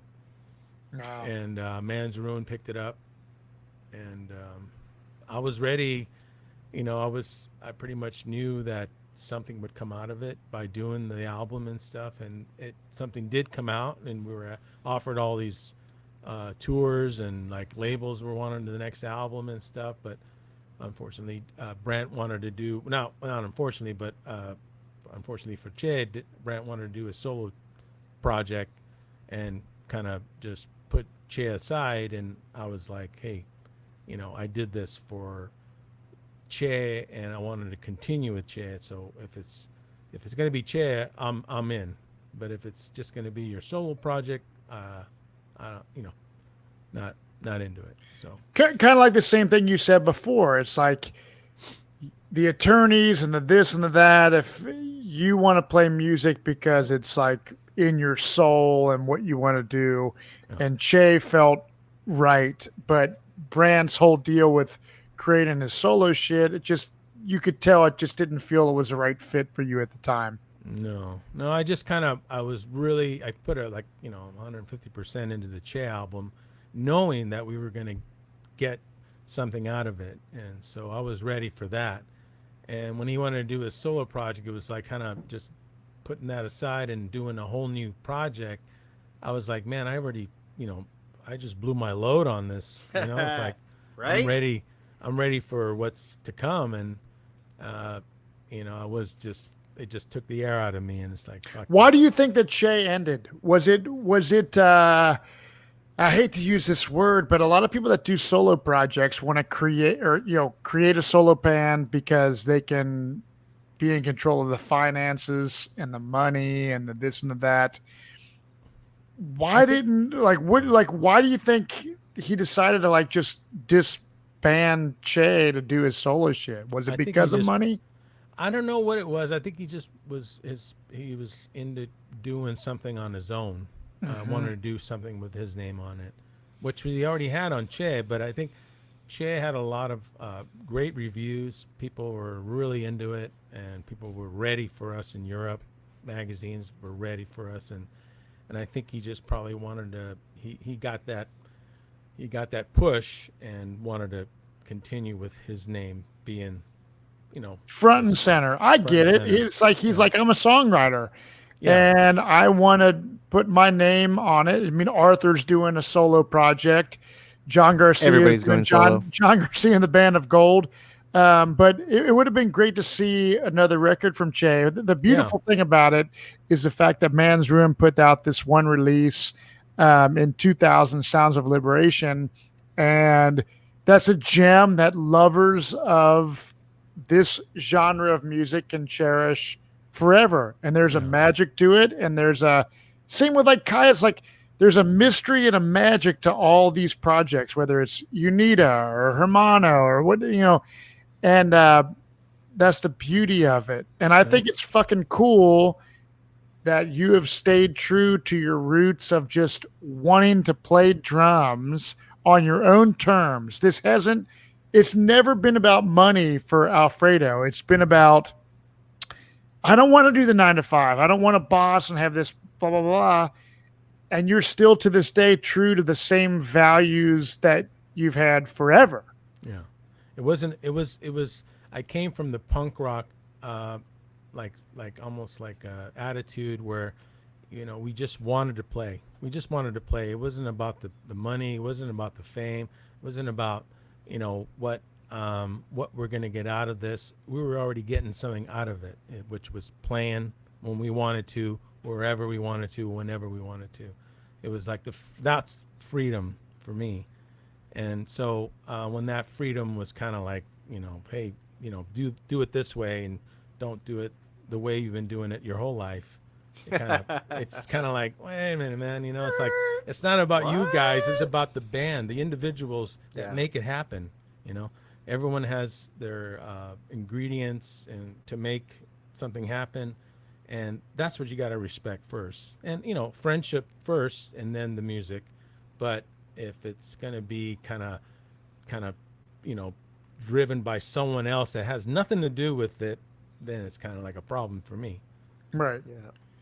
I mean, dude, you have been in, for the fans that like Kyuss World group on Facebook, etc.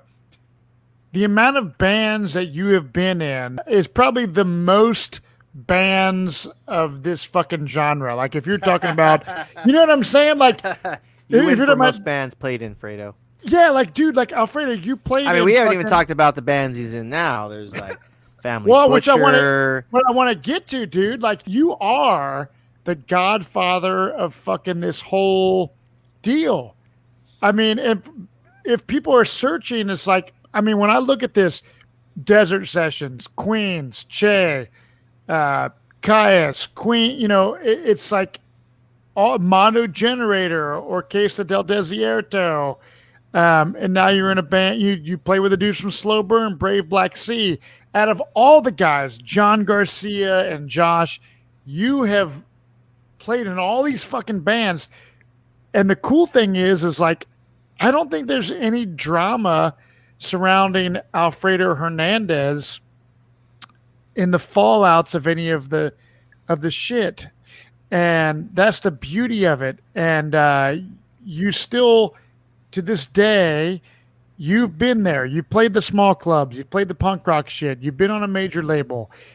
You fucking quit Queens of the Stone Age, which became one of the biggest fucking rock bands of fucking our generation. Is there ever a time, Alfredo, that you're like, have any regrets on leaving these projects?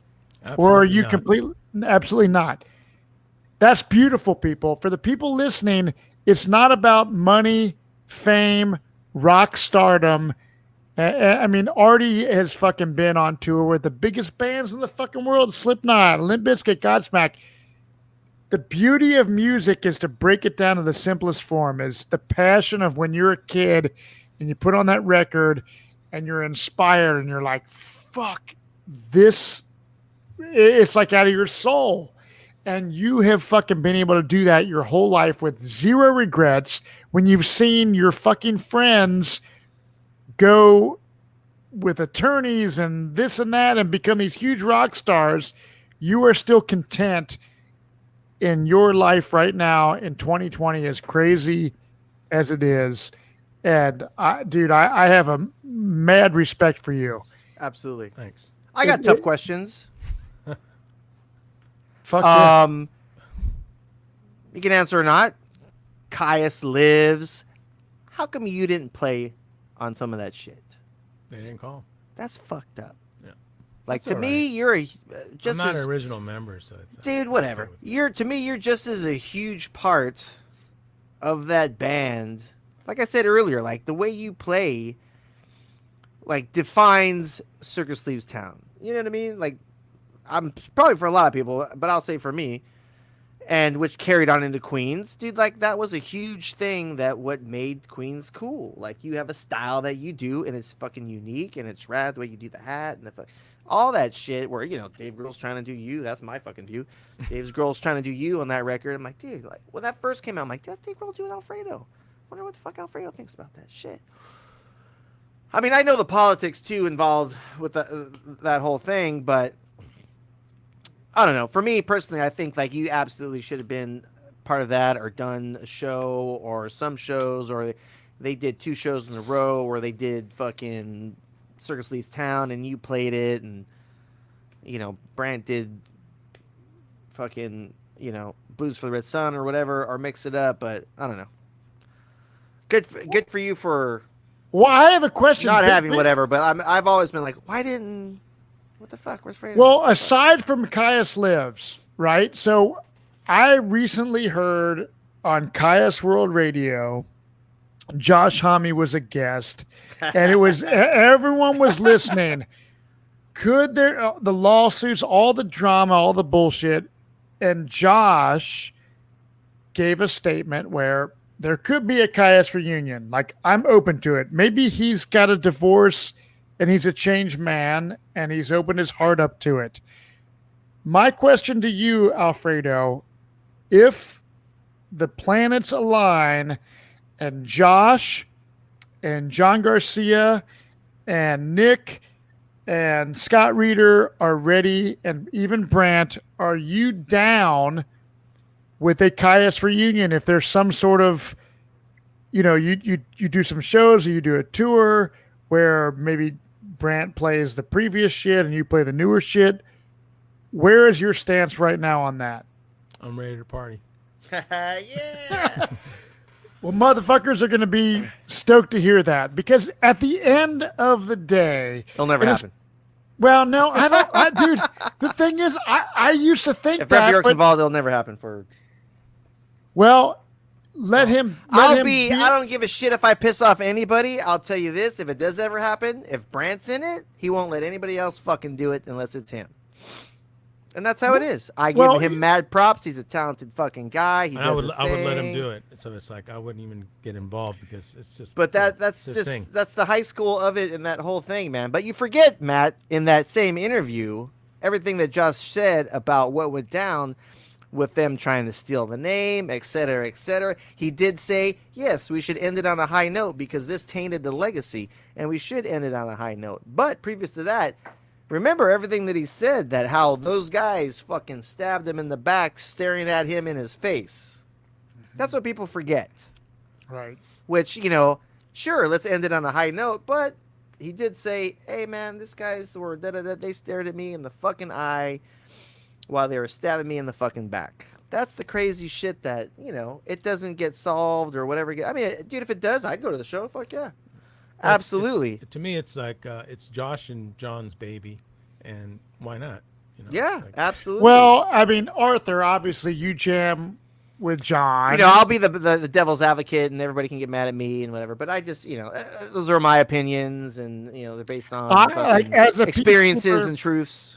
So I'm a person who's a neutral party, has a tight friendship with John Garcia, and I've texted him back and forth. Like when the Kyuss World thing came out, I was texting John, and I told him, I was like, dude, did you hear fucking Josh talk about? I bet he loved that, Matt. I bet he really loved that kid. But I am saying I think it is possible for a Kyuss reunion. Absolutely. I really do. It's like, man, you know what? Put this shit aside. There is here's the sad part. When I was a Kyuss fan in the early 90s, I was like one of the only ones. Everyone was listening to all these other bands. I'm still to this day a huge Kyuss fan. Now it's like the fucking genre. You guys created a whole fucking genre, right? That I think that now is the fucking time. I think 2021 could be a time where there could be a Kyuss reunion. And as a fan, for me, I would be totally down with everyone involved. Get Nick and Scott. Absolutely. It should Dude, be everybody. Absolutely. It should be everybody, man. Fucking Absolutely. play it, and have Unita play it. Have Hermano and Slow Burn and Yawning Man. And fucking donate the money to charity if everyone doesn't want to fucking say we're capitalizing on the popularity of stoner rock music. Make it a fest. But sure. I want to see it, and Alfredo, you are 100% down. So leading up to present time, 2020 has been a crazy year. Quarantined, COVID-19, mask wearing, all this shit. Arthur was like, Matt, we got Fredo for this podcast. And I'm like, fuck yes, I'm 100% stoked. You were in a new band that I am not familiar with called Avon. If I'm pronouncing it correctly, it's like Avon, the cosmetic fucking company. Tell me about the newest musical project that you were in where our listeners can go and find out what you're doing current day. Well, Avon is a band that's I'm no longer in it, but it was like maybe. But still, you were in it. Ago. I was in it, and it's James Childs, a friend of ours from England, that I played with Vic Dumont's Persona Non Grata, and when that was over, we pretty much were playing in different bands, and he decided to start Avon. And we pretty much called it Avon because he's from England, and he grew up around Avon, the Avon River. So it was pretty much his songs, his history of his style of music and all that stuff. And so we kind of started that. Plus, I played in a band called Queens that had a song called Avon, so it kind of made sense. But it was mostly just doing James's idea of his guitar playing style and stuff. And we had a bass player, Charles. Charles was like a bass player for Waxy, Passerelle, and he was kind of, friends with everybody. Like, we were all friends. We all know each other. So we just kind of get together. We jam. If it sounds good, hey, let's do something with it. So we got a few tours. We got a couple of records. It did well. We did pretty good. We didn't have the backing of a major label and stuff where it could have been more, but I had to kind of take a break from touring, so kind of had to leave the band. They're still continuing. They're still going for it. Charles Passerelle and James Childs, and then now for now I have a band called Whiskey and Knives that just put out a record on H42 Records, a label from Germany, and this band is more another like desert band with friends that get along, and it's like we do the best we can to whatever make it happen. We put everything aside to make this happen. So we Whiskey have Knives. Whiskey and Knives. Whiskey. Have you heard this, Arthur? Of course. Are you kidding me? Seen Dude, it many dude. times. We've done So- shows together. Dude, fucking Matt, where you Whiskey been, and- bro? Thought you knew the desert lore. Dude, fuck, I gotta dude. fill you in. Dude. It's hard. Fredo's got a lot of bands. We're probably at like, I don't know, the I counter. mean, You gotta dude, put the counter over here. the amount of fucking bands you're in blows me away, but I love it. And it would makes people want to dive into the diehards to search what you're doing. So currently Whiskey and Knives is your current project. Is there anything else and new on the Oh, we gotta horizon? talk about sangria and pizza. Other bands, let's see. I have a band that we've been kind of messing around with. It's more like I'm writing this shit down, by the way. it's called La Troika, and it's a piano and guitar and drums. And Oh, wow, it's a that's trio, and it's a lot more like I'm pretty much playing everything I learned at MIT, Nice. even country. Rad. The genres, the different I'll have to genres check that out, I man. learned. Samba, bossa nova, all the different wow. genres that I learned in That's school. I pretty much play in this band called La Troika. So I got a question. So why hasn't, Arthur has amazing fucking riffs. I've always been a fan of the Unita shit, House of Broken Promises, all the stuff Artie does. Has there ever been a conversation between the two of you? Since you live like maybe 20 minutes away, why hasn't there ever been a band? Is the chemistry not there? Oh, what, me and him? Yeah. Oh, you we've do. there's been talked about it. conversations, and there's been recent conversations, and we're gonna figure that out absolutely. I would always love to jam with Fredo, man. I'm a huge fan of his drumming. Fuck yeah, that's why and I wonder- think that hopefully soon we'll figure that out, man. Like for me, this whole whatever's going on in the world right now is the time to make music. Like, I'm doing my solo record, the HO stuff's done, and I want to do things like I've already talked to Fredo about. Hey, man, come jam some drums on my solo record. That's what I want to do. I want to play with all the different people that I admire their playing. And that's what I'm doing. I'm sending these tracks to like different singers and like, different bass players. I'll have a live band, but I want to play with people that I admire. You know what I mean? I've always been a huge fan of Fredo's drumming.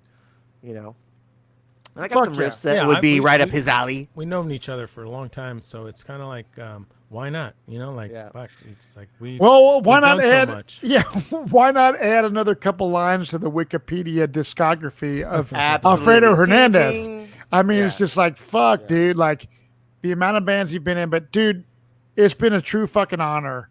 Absolutely. It's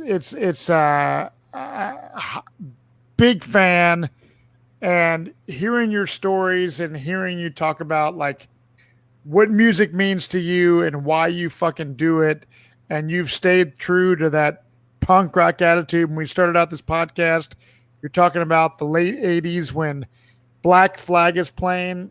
Like, you're the one dude that has stayed true to those roots, and mad respect. And I fucking cannot wait to see what the future holds for Alfredo. So for all of you that are going to want to know what bands Alfredo has talked about, there's some rare ass shit, and we'll have that down in the description of our YouTube video.